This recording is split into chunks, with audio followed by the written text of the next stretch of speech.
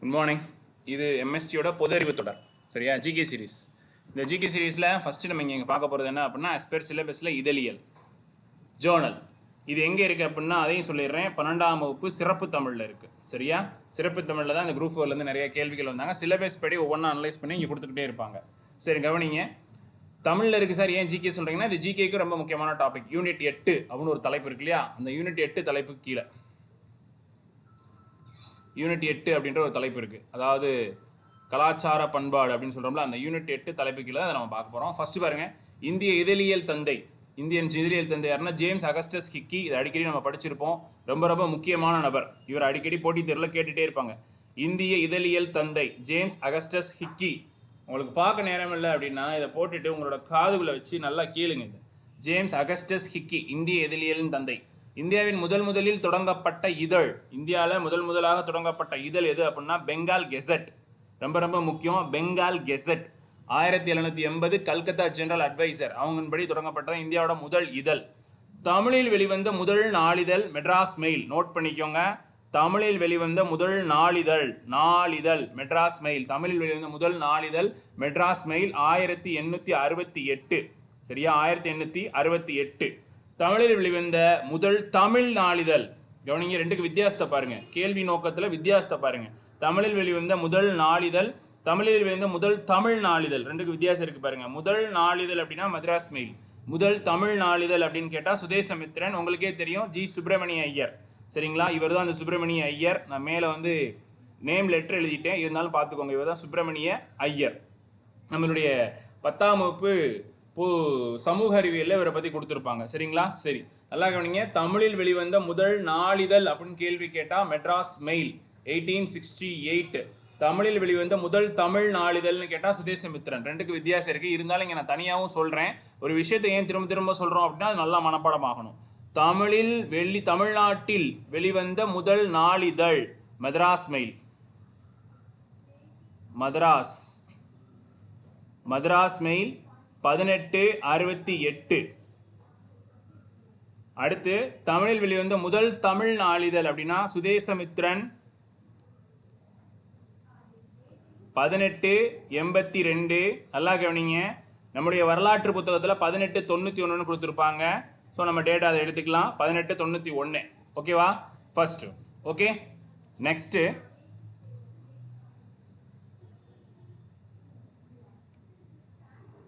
ரொம்ப முக்கியமான விஷயம், சமீபத்தில் பேசப்பட்ட ஒரு பெரிய விஷயம் என்ன அப்படின்னா இதுதான். ஒரே நாடு ஒரே தேர்தல் அப்படின்ற ஒரு முயற்சி. ஒன் நேஷன் ஒன் எலெக்ஷன் அப்படின்றது. சரிங்களா? ஒரே நாடு ஒரே தேர்தல். இது சொல்றதுக்கு முன்னாடி நான் ஒரே ஒரு விஷயம் சொல்றேன். இந்திய எலெக்ஷன் கமிஷன் அப்படின்னா பார்ட் 15ல இருக்கு. பார்ட் 15 ஆர்டிகல் 324ல இருந்து 329 வரைக்கும், 324ல இருந்து 329 வரைக்கும், 324ல இருந்து 329 வரைக்கும். இதுதான் இந்தியன் எலெக்ஷன் கமிஷன். 324ல இருந்து 329 வரைக்கும், 324ல இருந்து 329 வரைக்கும். இதுதான் இந்திய எலெக்ஷன் கமிஷன். எலெக்ஷன் கமிஷன் அப்படின்றது ஒரு சுதந்திரமான அமைப்பு. நல்லா ஞாபகம் வச்சுக்கணும். ஃப்ரீடம் பாடி. இது வந்து ஒரு சுதந்திரமான அமைப்பு. இதை நல்லா ஞாபகம் வச்சுக்கணும். இங்கே பாருங்க, இந்த ஒன் நேஷன் ஒன் எலெக்ஷன் கண்டிப்பாக இதை வந்து குரூப் 4ல கேட்கலாம்னு எதிர்பார்க்கலாம். கேட்கல. அப்போ குரூப் 2 குரூப் 1ல தான் இந்த கொஸ்டின் இருக்கும். Point number 1, question point of வியூலே சொல்கிறேன். இதோட கமிட்டியோட ஹெட் யாருன்னா ஓய்வு பெற்ற குடியரசுத் தலைவர் ஸ்ரீ ராம்நாத் கோவிந்த். ஸ்ரீ ராம்நாத் கோவிந்த். இது பாயிண்ட் நம்பர் 1. இது செப்டம்பர் 2023ல போட்டாங்க இந்த கமிட்டி. குழு அறிக்கை 2024ல் சமர்ப்பிக்கப்பட்டது குடியரசுத் தலைவரிடம். அடுத்து பாருங்க, இந்த கமிட்டியில் எத்தனை மெம்பர்ஸ் அப்படின்னா 8 மெம்பர்ஸ். 8 பேர் கொண்ட குழு. சரிங்களா? இதுதான் இந்த ஒரு நேஷன் ஒன் எலெக்ஷன். இது ரொம்ப ரொம்ப முக்கியம். எத்தனை பேர் கொண்ட குழு அப்படின்னு வினால கேட்கறதுக்கு நிறைய வாய்ப்பு இருக்கு. 8 பேர் கொண்ட குழு. இதோட தலைவர் யாருன்னு கேட்டாங்கன்னா ராம்நாத் கோவிந்த். முடிஞ்சா? அடுத்து இங்கே வாங்க, இதோட கண்டினியூட்டி இங்கே பாருங்க. ஒரே நாடு ஒரே தேர்தலை அமல்படுத்த தேவையான மாற்றங்கள் என்னென்ன ஆர்டிகல்ல மாற்ற போறாங்க அப்படின்னா, ஃபர்ஸ்ட் ஆர்டிகல் 83. இது என்ன அப்படின்னா பார்லிமெண்டோட டென்யூர். தமிழில் சொல்லணும் அப்படின்னா நாடாளுமன்ற அவைகளின் காலம். ரொம்ப ரொம்ப முக்கியமானது. கண்டிப்பாக கேட்கறதுக்கு நிறைய வாய்ப்பு இருக்கு. நாடாளுமன்ற அவைகளின் காலம். நாடாளுமன்ற அவைகளோட காலம். அடுத்து ஆர்டிகல் 85 குடியரசுத் தலைவரால் மக்களவை கலைப்பு. இங்க ரொம்ப முக்கியமானது டிஸ்சொல்யூஷன் ஆஃப் லோக்சபா, மக்களவையை கலைக்கிறது. டிஸ்சொல்யூஷன் ஆஃப் லோக்சபா, இது ஒரு சில சேஞ்சஸ். நல்லா கவனிங்க.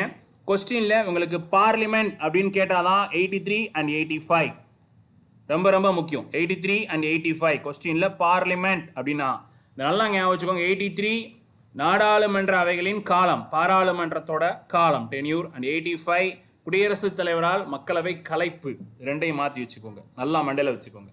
அடுத்து பாருங்க 172 and 174. 172 and 174. 172 என்ன அப்படின்னா 172 அப்படின்னா மாநில சட்டமன்றங்களோட காலம். இங்க பாருங்க ஸ்டேட் லெஜிஸ்லேட்டிவ் அசம்பிளியோட டென்யூர். ஸ்டேட் லெஜிஸ்லேட்டிவ் அசம்பிளியோட டென்யூர். இப்போ மாநிலத்தில் சட்டசபை அப்படின்னு சொல்றோம்ல, சட்டசபை சட்ட மேலவை, அந்த சட்டசபையோட காலம் சரிங்களா, அதோட டென்யூர் தான் 172. அடுத்து 174. 174 என்ன அப்படின்னா ஸ்டேட் லெஜிஸ்லேட்டிவ் அசம்பிளி டிஸ்சொல்யூஷன், கலைப்பு. கலைப்பு கலைச்சிடுறது சரியா, கலைப்பு அந்த சரிங்களா, டிஸ்சொல்யூஷன் கலைப்பு. ரெண்டுக்கும் பாருங்க 83 84 உங்கள்கிட்ட கேள்வியில கேட்டிருந்தாங்க அப்படின்னா 83 and 85 கேட்டிருந்தாங்க அப்படின்னா ரெண்டுமே பார்லிமெண்ட்டுக்கு போகும். 172 and 174 அப்படின்னு இருந்துச்சுன்னா அது ஸ்டேட்டுக்கு வரும். ஓகேவா. அடுத்து 356 is a state emergency. 356 is a state emergency, மாநில அவசரநிலை பிரகடனம். இது போக சைடில் ஒரு ஜெனரல் ஜிகே மாதிரி எழுதி வச்சுக்கோங்க. 352 நேஷனல் எமர்ஜென்சி, தேசிய அவசரநிலை பிரகடனம். 356 இங்கே நான் சொல்லிட்டேன், அது வந்து என்ன அப்படின்னா ஸ்டேட் எமர்ஜென்சி. அடுத்து 360 சொல்லிட்டேன், அது வந்து ஃபினான்ஸ் எமர்ஜென்சி. ஓகேவா. இந்த இது என்ன சார் இந்த பாக்ஸ் கண்டென்ட் அப்படின்னா ஒரே நாடு ஒரே தேர்தல் அமல்படுத்தும் போது என்னென்ன சட்டத்தில் மாற்றங்கள் கொண்டு வருவாங்க சரியா. அப்போ கொஸ்டின்ல இப்படி கூட கேட்கலாம், ஒன் நேஷன் ஒன் எலெக்ஷன் கொண்டு வரும்போது பின்வரும் from which of the articles, எந்தெந்த ஆர்டிகல்ஸில் நம்ம ரிமூவ் பண்ணுவோம், அல்லது எந்தெந்த ஆர்டிகல்ஸில் சேஞ்சஸ் கொண்டு வருவோம், கொண்டு வர மாட்டோம் அப்படின்ற மாதிரி எப்படி வேணாலும் கொஸ்டின் கேட்கலாம். ஸோ இதை மட்டும் ஞாபகம் வச்சுக்கோங்க ஈஸியாக.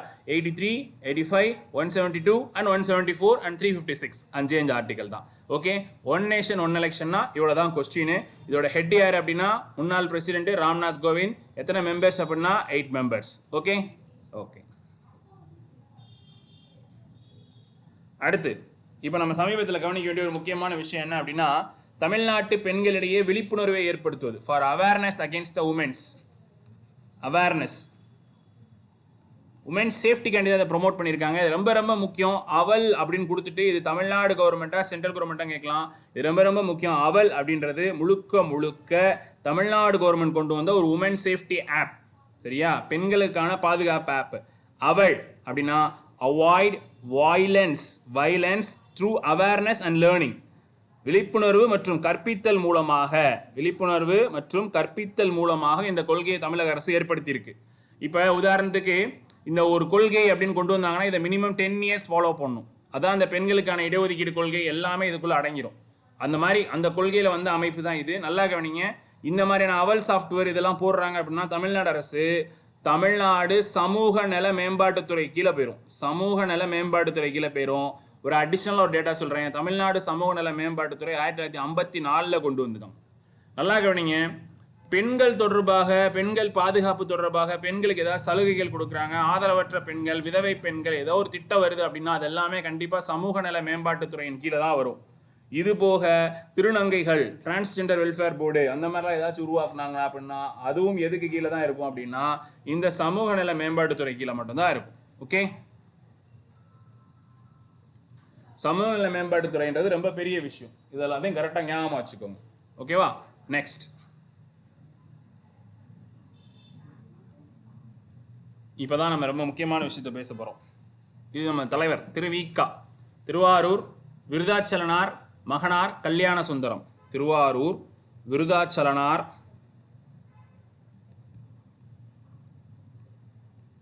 மகனார் கல்யாண சுந்தரம் இவர் தான். இவரே பாயிண்ட்ஸ் சொல்கிறேன், எல்லாமே எக்ஸாம் ஓரியன்ட் பாயிண்ட்ஸு. ரெஃபரன்ஸ் புக்கும் சொல்கிறேன். +2 சிறப்பு தமிழ். இதை எதில் கேட்டிருக்காங்க அப்படின்னா சிலபஸில் யூனிட் 8 தான் இருக்கார். ஓகேவா. கவனிங்க. தேசப்பிதாவை காந்திஜி என்று முதலாக குறிப்பிட்டவர் யாருன்னா காந்திஜி என்று முதலாக குறிப்பிட்டவர் திருவிக தான். தேசப்பிதா காந்திஜி அப்படின்னு சொல்லி காந்திஜியை காந்தி அடிகள் அப்படின்னு சொல்லி தன்னோட இதழில் முதலாக குறிப்பிட்டவர் திருவிக்கா தான். நோட் பண்ணிக்கோங்க, இது பழைய TNPSC question, repeated question. Gandhi அடிகள் முதலாக குறிப்பிட்டவர் திருவிக்கா. சரியா?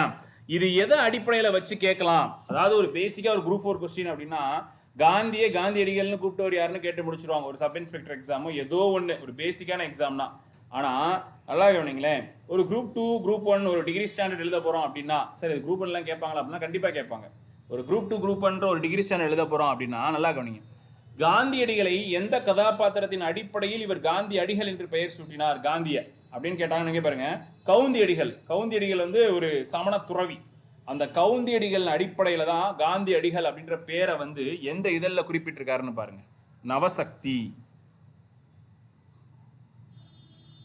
நவசக்தி என்ற இதழில் குறிப்பிட்டிருக்காரு. இது ரொம்ப ரொம்ப முக்கியம், கரெக்டாக கவனிச்சு பாருங்க. நவசக்தி என்ற இதழில் குறிப்பிட்டிருக்காரு. இந்த மாதிரி வினாக்கள் கேட்கலாம். தேசப்பிதா காந்திஜியை முதலாக காந்தி அடிகள்னு குறிப்பிட்டவர் திருவிக்கா தான். ஒரு ஜென்ரல் கொஸ்டினா கேட்டோம்னா காந்தி அடிகள் என்று குறிப்பிட்டவர் அப்படின்னு கேட்டால் திருவிக்கா, முடிஞ்சிருச்சு. இது நல்லா கவனிங்க, இந்த காந்தி அடிகளை எந்த கதாபாத்திரத்தின் அடிப்படையில் திருவிக்கா காந்தியடிகள் அழைச்சார் அப்படின்னு கேட்டாங்கன்னா சிலப்பதிகாரத்தில் உள்ள கவுந்தியடிகளின் கதாபாத்திரத்தை. சரிங்களா? கவுந்தியடிகள் அப்படின்ற கதாபாத்திரத்துல இதை முதல்ல எந்த இதழில் குறிப்பிட்டார் அப்படின்னு கேட்டாங்கன்னா நவசக்தி அப்படின்ற இதழில் குறிப்பிட்டிருக்காரு. இது ரொம்ப முக்கியமான விஷயம். திருவிக்காவோட இதழ்கள்லாம் உங்களுக்கே நல்லா தெரியும். நவசக்தி, தேசபக்தன், இதெல்லாமே திருவிக்காவோட இதழ்கள். நவசக்தி, தேசபக்தன் எல்லாமே இவர் தான். ரொம்ப ஃபேமஸாக சொல்லணும் அப்படின்னா தமிழ் உரைநடையில் நிறைய மாற்றங்கள் கொண்டு வந்தவர் இவர் தான். சரிங்களா? சரி, அடுத்து கீழே வாங்க, அடுத்த பாயிண்ட்டை பாருங்க.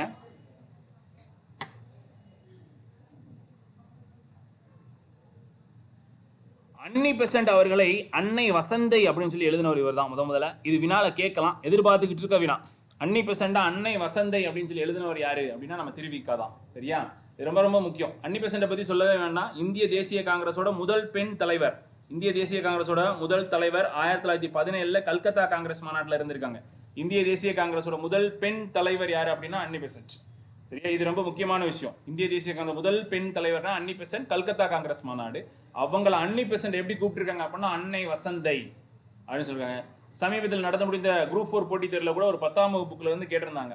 என்ன கேட்டிருந்தாங்க அப்படின்னா அதிநவீன வசதிகளுடன் ரயில் பெட்டியில் செல்வதை விட மாட்டு வண்டியில் செல்வதே மேல் அப்படின்னு சொன்னவங்க இந்த அன்னி பெசன்ட் தான். அடுத்து இந்த அன்னி பெசன்ட்டை பத்தி இன்னொரு விஷயம் கேட்கணும் அப்படின்னா நான் ஒரு இந்திய டமாரம் அப்படின்னு சொல்லுவாங்க. இந்த அம்மாவை எப்படி சொல்லுவாங்கன்னா நான் ஒரு இந்திய டமாரம். இங்க எழுதுறேன் பாருங்க, ஐ ஆம் an Indian Tom Tom. Indian Tom Tom இந்த அம்மா தான். அதாவது சுதந்திரத்துக்காக தூங்கி கொண்டவங்களை விழித்தலை செய்வேன் அப்படின்னு சொல்லி ஒரு கான்செப்ட் சொல்லுவாங்க. ஐ ஆம் an இந்தியன் டாம் டாம் அப்படின்னு சொன்னது அன்னி பெசன்ட் தான். சரியா? ஓகே, அடுத்து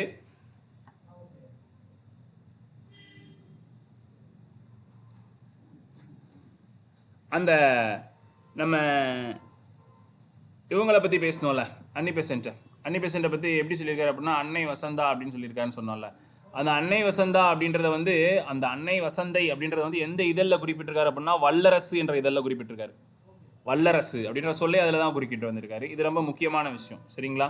இதையும் நோட் பண்ணிக்கோங்க. அடுத்து இங்கே பாருங்க, இது ரொம்ப முக்கியமானது. இப்போ யூனிட் 8க்கு எதிர்பார்த்துட்டு இருக்க ஒரு வினா. சட்டசபையில் ஆங்கிலமே பேசப்பட்டு வந்த நிலையில் சேலத்தை சேர்ந்த, நல்லா நோட் பண்ணிக்கோங்க, சட்டசபையில் தமிழ்நாடு லெஜிஸ்லேட்டிவ் அசம்பிளி தான் சொல்லிக்கிட்டு இருக்கோம். இங்கே சேலத்தை சேர்ந்த PV நரசிம்மன், இந்த பேரை நோட் பண்ணிக்கோங்க. இவர் என்ன சொல்றாரு அப்படின்னா முதலில் தமிழில் பேசியதை எந்த இதிலும் வெளிப்பட முன் வரல. ஏன்னா பிரிட்டிஷ் ஆட்சி காலத்தில் அதை முதல்ல இவரை பாராட்டி எழுதினவர் யாருன்னா தேசபக்தன் என்ற இதில் தான் எழுதினார். PV நரசிம்மன் ஒருத்தர்.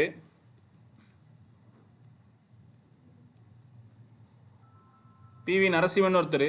இவர் வந்து முதலாக என்ன பண்ணார் அப்படின்னா எல்லா இதழ்கள்லையும் சட்டசபையில் முதலாக தமிழில் பேசினார். இவர் தமிழில் பேசின எந்த ஒருத்தரும் ஆதரவு பண்ணாத போது தேசபக்தன் இதழில் முதலாக ஆதரவு தெரிவித்தவர் யாருன்னா திருவிக்கா. தேசபக்தன் என்ற இதழில் முதலாக ஆதரவு தெரிவித்தவர் திருவிக்கா. ரொம்ப முக்கியமான நபர் இவங்கெல்லாம். சரிங்களா? Okay, thank you.